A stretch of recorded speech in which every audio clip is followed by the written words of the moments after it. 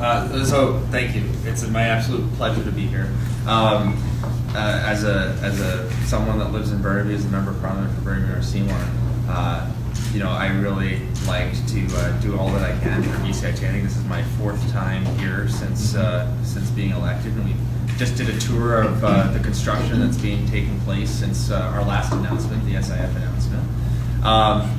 But what we're really here to talk today is about access to education, about the Skills Boost program on behalf of Minister Patty Hajdu. If you look back at my career and you touched on some of the things, I mean, the threads that kind of are common to everything that I've done in my career so far, my very short career so far, I focus primarily on education and entrepreneurship. And I think the two common threads that go between those two activities are empowering forces.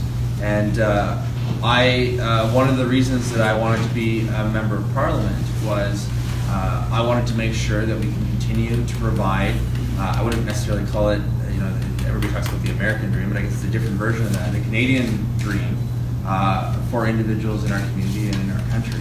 And what is that? That's the ability for any person, no matter their race or ethnicity, no matter how rich their parents are or where they came from, no matter how unlucky they've been or how down in luck that they are, that they can pull themselves up and within a generation have that social mobility to go from the hardest circumstances to have a real fair and chance at success. And I don't think we should try to define what that success is. That's for every individual to do. But for a long time, and we've seen it accelerating in the United States, inequality has been increasing.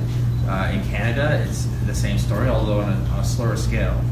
And so when you think about what the government of Canada has been focused on, we talk a lot about empowering the middle class, those working hard to join. I'm sure you've heard the Prime Minister say that. Well, why is that important? When I went to Simon Fraser University, I did a degree in developmental economics, I did a degree in business.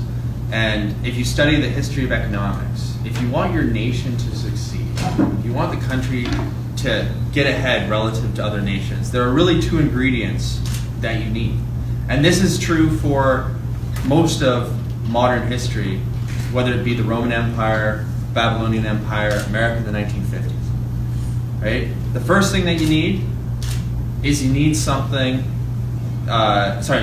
first thing that you need is a strong and empowered middle class. And it's weird to think about, well, why do you need that? Right? You see in third world countries, for example, you have these concentrations of wealth to a very small group of people. And what the problems that occur that if you are born into a position and you have no chance of moving your way up in life, you get two hits against your economy. The first is that people don't have the incentive to work really hard in order to improve their position. But the second thing is that if you don't have a strong and empowered middle class, you don't have the customers to go in and grow businesses, but you don't have the tools to invest in your children. And that's where you start to see really serious problems. We've been lucky in Canada because for a long time, we've had the opportunity to build a better future for young people than the generation previous.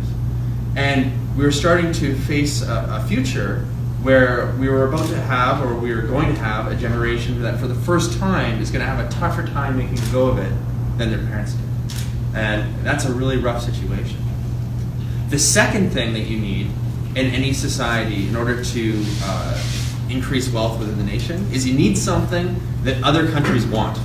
There's no way to increase your relative wealth without being export oriented. And in the past, that would be spices, that would be fish, it would be gold and silver, more recent future petrochemicals. But increasingly, it's all about technology. It's about information, it's about knowledge. And so if you want to be able to advance your economy relative to other nations, you need a smart and educated workforce. There is no substitute for that. In the long term, that's how that's how countries succeed. And so what I'm here to talk about, and I don't want to spend the whole time talking, I really want to hear what you guys have to say, is how can we empower more people to become more educated, upgrade their skills, and get access to education so they can improve life for themselves first and then for their families, and thereby make Canada a stronger country and improve our economy. And so there's a number of things and initiatives that we've done to try and do that. In 2017, we increased student grants by 50%. Right? That was to make sure that when you came out of school, you had less debt that you had to pay back. You had more flexibility to pursue a career that you wanted. We increased the eligibility so that part-time students that might not have qualified for student loans before could now qualify. That allowed the capacity for 10,000 additional students to qualify for student loans, be able to come in, upgrade their skills. Today, we're talking about a skills boost, which are programs that are being put into place so that adult learners can go back to school and up their skills, so that students with children have an ability to get some extra support so that they can pay for that extra babysitter and they can do those classes. That's really important because that is going to help disproportionately a lot of women and especially mothers get back into school. If you talk about young families, the part-time students represented out of part-time families, 2/3 are women. 2/3.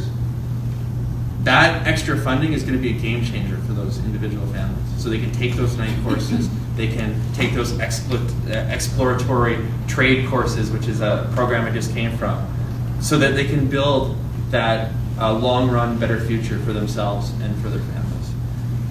I also want to make sure that we continue to talk about, and I hope you continue to tell your friends and share information about the Canada Learning Bond.